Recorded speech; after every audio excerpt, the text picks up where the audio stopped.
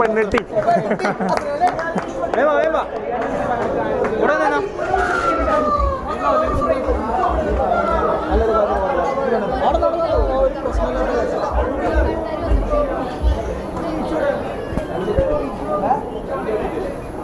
Hi എന്താ വർത്തമാനം? സുഖം. കുട്ടികളെല്ലാം ബന്ധല പോലെയാണല്ലോ വന്ന് കയറുന്നത്. നേരെ ഇടിച്ചു കയറുക. എനിക്കൊക്കെ പറഞ്ഞിട്ട് ഞാൻ ലോകത്തെ സ്പൈഡർമാനാണ്. നേരിട്ട് കാണാൻ പറ്റില്ല അതൊക്കെ.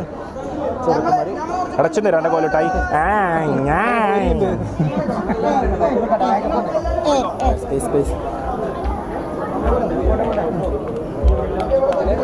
ഉദാ ദുരന്തരത്തെ പാട്ടെടുത്തേ.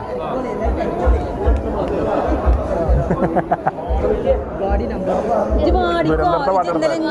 ഞാൻ പാടുക ഞാൻ പല വരി പാടി വളക്കെ ചോർന്നാൻ പോയപ്പോ.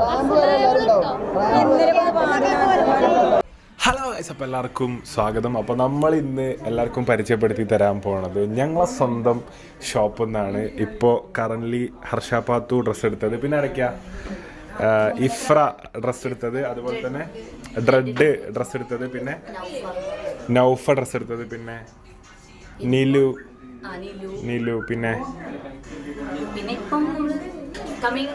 ഇനി കമ്മിങ് ബ്രൈഡ്സ്. പിന്നെ എടുത്ത് നമ്മൾ നഷ്വ ലിയന്റെ എടുത്ത് ഇല്ല.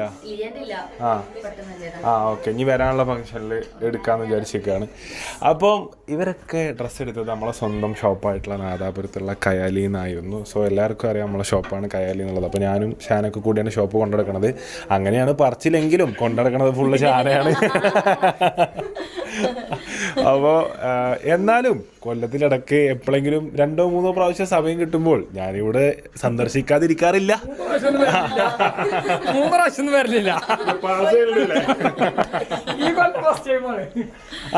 അങ്ങനെ ഇക്കൊല്ലത്തിൽ ആദ്യമായി, കാരണം ഒക്കേഷൻ വരുമ്പോഴേ നമുക്ക് ഇറങ്ങേണ്ട ആവശ്യം വരുന്നുള്ളൂ. സോ ഗൈസ്, നമ്മളെ ചെക്കന്മാരെ ബ്രൈഡ്സിനും ഒക്കെ ഡ്രസ്സ് എടുത്തിന് നമ്മൾ ഇവിടെ തന്നെയാണ്. അതുപോലെ തന്നെ ഒരുപാട് സെലിബ്രിറ്റീസ് നമ്മളെ ഷോപ്പിൽ നിന്ന് ഡ്രസ്സ് എടുത്തിരുന്നു. ഇപ്പോൾ പാത്തുവിൻ്റെ ഒക്കെ കല്യാണത്തിന് പാത്തുട്ട ഡ്രസ്സ് എത്ര മില്യൺ? 30 മില്യൺ ആവും. 32 മില്യൺ വ്യൂസ് ആയി, 2.8 മില്യൺ ലൈക്സ് ആയി. ആ ഒരു 24 hours ഇരുന്നിട്ട് ചെയ്തത്. 2 days കൊണ്ട് എല്ലാ ഹാൻഡ് വർക്കേഴ്സിനും ഓവർ ടൈം ഇട്ടിട്ട് ചെയ്തതാണ്. പറഞ്ഞ എല്ലാവർക്കും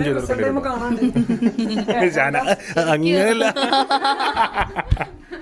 അപ്പൊ അത് പാത്തുവിന്റെ ലൈക്ക് അതിലെന്തൊക്കെയോ അങ്ങോട്ടും ഇങ്ങോട്ടും ഓൾക്ക് പെട്ടെന്ന് ഇങ്ങനെ ഒരു ചേഞ്ച് വേണമെന്ന് പറഞ്ഞു. കല്യാണത്തിന്റെ ഡേറ്റ് പെട്ടെന്ന് എടുത്തു. അപ്പൊ നമ്മളെല്ലാരും കൂടി ഇരുന്നേനി.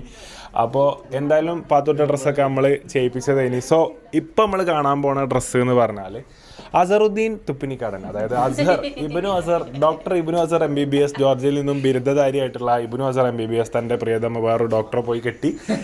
അപ്പോൾ ജോർജിയയിൽ തന്നെയുള്ള ഒരു വിവാഹമാണ് ഇപ്പോൾ സംഭവിച്ചിട്ടുള്ളത്. അപ്പോൾ തൻ്റെ പ്രിയതമക്ക് ആവശ്യമുള്ള റിസപ്ഷനും അതുപോലെ തന്നെ നമ്മളെ ഫ്രണ്ട്സിൻ്റെ ഇൻറ്റിമേറ്റ് ഒരു ചെറിയ വെഡ്ഡിങ് ഒരു ഫംഗ്ഷനും ഒക്കെ ഉണ്ട്. അപ്പോൾ ഇത് രണ്ടിനും ആവശ്യമായിട്ടുള്ള വസ്ത്രം അലങ്കരിച്ചിരിക്കുന്നത് നമ്മുടെ സ്വന്തം വസ്ത്രാലങ്കാരം നമ്മുടെ സ്വന്തം കയാലിയാണ്. അപ്പം ആദ്യത്തെ ഇതാണ് റിസപ്ഷൻ്റെ അല്ലേ?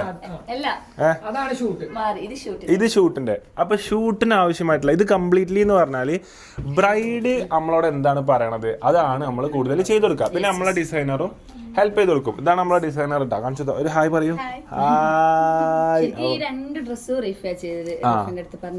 അപ്പൊ റിഫന്റെ കലാവിരുതാണ്, റിഫന്റെ ടാലന്റാണ് ഈ ഡ്രസ്സിൽ കാണുന്നത്. സോ ഇത് ഹുദ പറഞ്ഞു കൊടുത്തൊരു സ്റ്റൈലില് റിഫ ചെയ്തെടുത്തതാണ് നമ്മളെ ഷോപ്പിൽ നിന്ന്.